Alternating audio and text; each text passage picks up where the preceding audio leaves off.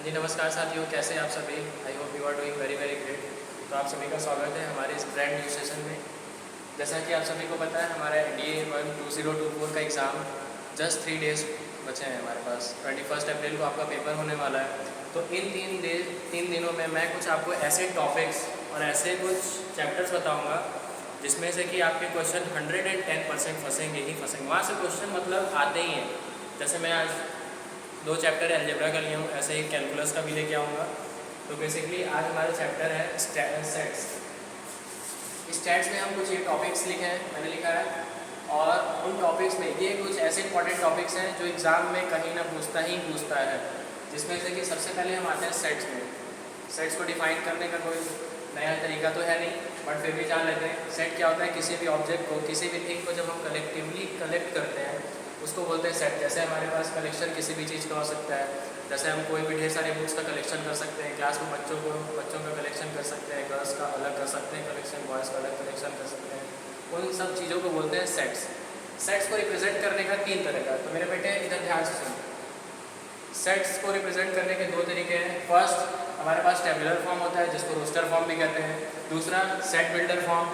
Roster form में हम set को इस तरह से रिप्रेजेंट करते हैं जैसे कि हमारे पास कोई भी सेट हो, उसको हम नंबर के फॉर्म में लिखें। जस्ट लाइक एग्जांपल हमारे पास है, जैसे एग्जांपल हमारे पास कोई सेट लिए है, अगर हमें डिनोट करना हो टेबुलर फॉर्म में, जैसे हमारे पास दिया है कलेक्शन ऑफ नेचुरल नंबर, तो collection of natural number tabular form में इस तरह से रिप्रेजेंट कर सकते हैं।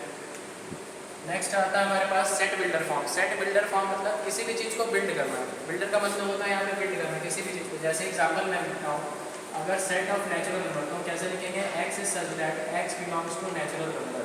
ये हमारा हो गया set builder form. Next topic आता है हमारे पास सबसेट। तो सबसेट का तो बेसिकली डेफिनेशन तो नहीं आता, बट हमारे पास 2 उससे रिलेटेड टर्म्स हैं, उन्हें जानना जरूरी है। अगर हमारे पास मान लीजिए कोई सेट है, उसके पास n number of elements contain करता है, तो उस पर टोटल नंबर ऑफ सबसेट्स कितने बनेंगे? 2 raise to the power n। Example कैसे लेते हैं? अगर हमारे पास कोई सेट है, सपोज करते हैं सेट ये है हमारे पास 1, 2 and 3, तो इसका जो सबसेट्स बनेगा वो कैसे बनेगा? 2 raise to the power n। ये n क्या होता है? Number of elements. Number of elements जो सेट में है, जहाँ पे यहाँ n का वैल्यू कितना है? 3 एलिमेंट्स। इस सेट के पास 3 एलिमेंट्स है, 2 रेज़ टू द पावर 3 हो जाए। कितने सबसेट्स बनेंगे? 8 सबसेट्स। जैसे एग्जांपल, इस सबसेट को कैसे लिखेंगे? 1 2 3 1 3 2 3 1 2 एंड लास्ट 1 2 3 एंड लास्ट 5। 5 क्यों? 5 एक नल सेट होता है, और every null set is a subset of itself.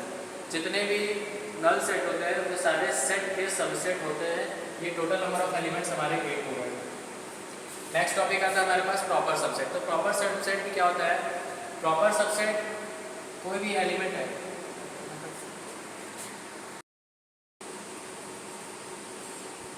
हाँ जी, तो हम लोग यहाँ पे थे टोटल नंबर ऑफ, अगर सेट है हमारे पास n कंटेनिंग एलिमेंट है, तो total number of non empty subsets कितने बनेंगे? 2 raise to the power n minus 1। ये 1 नीचे में है।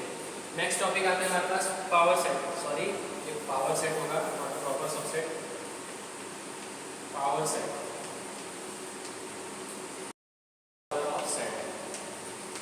किसी भी सेट का हम पावर कैसे निकालते हैं? अगर हमारे पास सेट करते हैं, एक सेट है 1 2 and 3, ये हमारे पास सेट है, तो ये पावर ऑफ सेट भी बिल्कुल सबसेट की तरह होता है। इसका जो पावर हम निकालेंगे P ऑफ A, ये भी बिल्कुल 2 raise to the power n, बिल्कुल सबसेट के इक्वल होगा।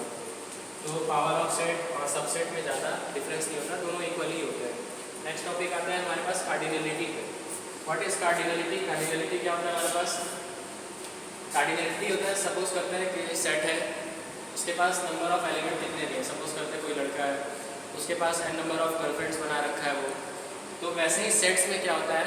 सेट्स में भी कोई कार्डिनलिटी तो यही होता है, कोई सेट है, उसके पास सपोज करते हैं 3 एलिमेंट्स है, तो 3 उसके जो एलिमेंट हो गए उसकी कार्डिनलिटी हो गई। सपोज करते हैं यहाँ जो सेट ए है, सेट ए इज 1 2 3, तो इसकी कार्डिनलिटी कितनी हो जाएगी? 3। और इसको सिंबलाइज कैसे करते हैं? n of a which is equal to 3। Next क्या होता है? Equal set, equivalent set. Equivalent set कैसे किसे कहते हैं? हमारे पास सपोज करते हैं दो सेट है, दो सेट में सपोज करते हैं सेट हमारे पास ए है 1 2 एंड 3, सेट बी है हमारे पास 4 5 6। तो इन दोनों की जो कार्डिनलिटी है, मतलब नंबर ऑफ एलिमेंट्स जो है वो सेम है। तो जब भी दो सेट्स के कार्डिनलिटी सेम होता है उसको बोलते हैं इक्विवेलेंट सेट। इसी का बस छोटा भाई है इक्वल सेट। इक्वल सेट में क्या डिफरेंस क्या होता है इक्विवेलेंट सेट और इक्वल सेट में? इक्वल सेट में क्या होता है कि इनकी कार्डिनलिटी भी सेम होती है और नंबर ऑफ एलिमेंट जो है, जो एलिमेंट्स लिखे हुए हैं वो भी सेम होते हैं। दोनों चीज़ सेम होंगे तो वो इक्वल सेट होगा। इस एक छोटा सा नोट बना के लिख लेंगे कि जितने भी इक्वल सेट्स होते हैं वो इक्विवेलेंट सेट्स होते हैं, बट इसका वाइस वर्सा ट्रू नहीं होता। जो equivalent total all equivalent sets may और may not be equal to equal sets.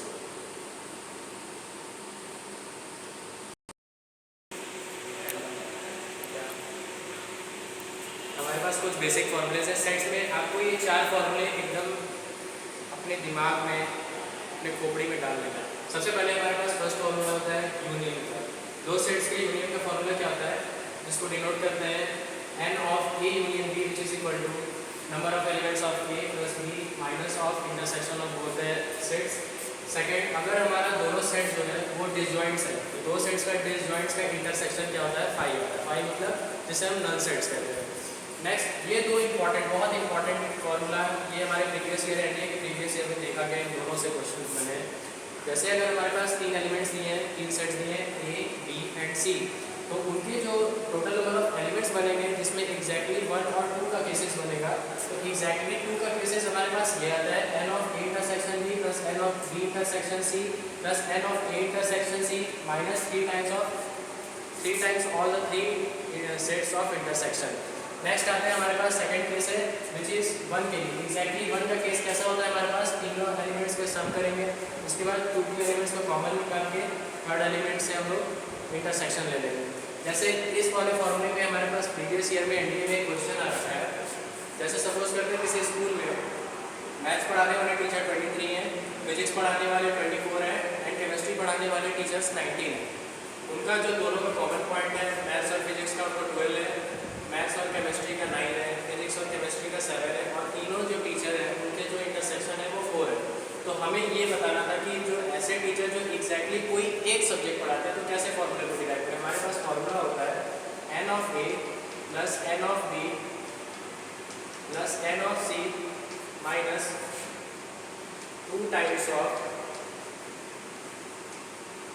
n of a intersection b plus n of b intersection c plus n of a intersection c minus 3 times of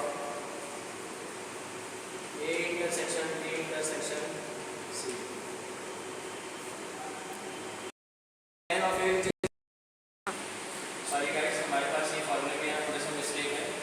यहाँ पे हमारे पास ये positive 3 times of n of a intersection b intersection c आएगा।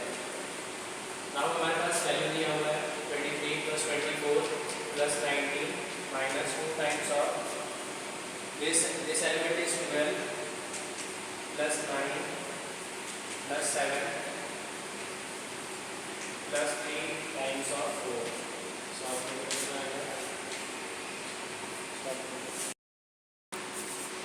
तो हमारे पास इसमें जो value आएगा कितना आएगा 24, which is the correct answer. So guys, हमारा नेक्स्ट टॉपिक है रिलेशन। रिलेशन जैसे सभी को पता है हमारे डेली लाइफ में रिलेशंस बहुत से होते हैं। जैसे आप अपने पापा के लिए अपने बेटे के लिए हो सकते हैं, मम्मी के लिए बेटे के लिए हो सकते हैं, भाई के लिए हो सकते हैं, बहन के लिए भाई हो सकते हैं, और किसी स्पेशल के लिए स्पेशल हो सकते हैं। तो वैसे ही मैथ्स में भी कोई रिलेशन होता है।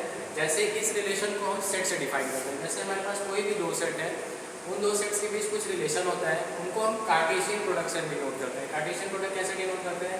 जैसे हमारे पास फर्स्ट सेट है ए, इसका जो नंबर ऑफ एलिमेंट्स है 1 2 and 3 and set B is 2 4 5। तो हमारा जो कार्टेशियन प्रोडक्ट होता है ए क्रॉस बी, इसे हम डिनोट करते हैं कैसे? 1 2 1 4 सॉरी 1 5 2 4 2 5 3 4 एंड 3,5। ये हमारा एक रिलेशन हो गया इस दोनों सेट का कार्टेशियन प्रोडक्ट। अगर हमारे पास डिफाइन करना है कि एक रिलेशन हमें फाइंड करना है इस कार्टेशियन प्रोडक्ट में, फाइंड रिलेशन आर, और कंडीशन दे दें हमारे पास क्या, कंडीशन ये होगा कि जो रिलेशन है हमारे पास डिफाइन कैसे है, इस तरह से a is less than b। तो a is less than b मतलब जो फर्स्ट एलिमेंट है हमारे पास वो सेकंड वाले से छोटा होना चाहिए। तो हमारा जो रिलेशन बनेगा कैसा बनेगा, ये बनेगा। फर्स्ट एलिमेंट हो जाएगा हमारे पास 1,4, सेकंड एलिमेंट 1,5, 2,4, 2,5, 3,4 एंड 3,5। ये सारे एलिमेंट्स हमारे रिलेशन हो गए। तो यहाँ से डिफाइन होता है, एक नोट लिखेंगे यहाँ पे, जितने भी फंक्शंस होते हैं हमारे, all functions are relation but vice versa are not. सारे रिलेशन फंक्शन नहीं होते। एक छोटा सा नोट है, इसको लिखना पड़ेगा आपको, ये इंपॉर्टेंट नोट है। नेक्स्ट टॉपिक आते हैं हमारे पास टाइप्स ऑफ रिलेशन में। रिलेशन के कुछ टाइप्स हैं, उन्हें देख लेते हैं। First one is identity.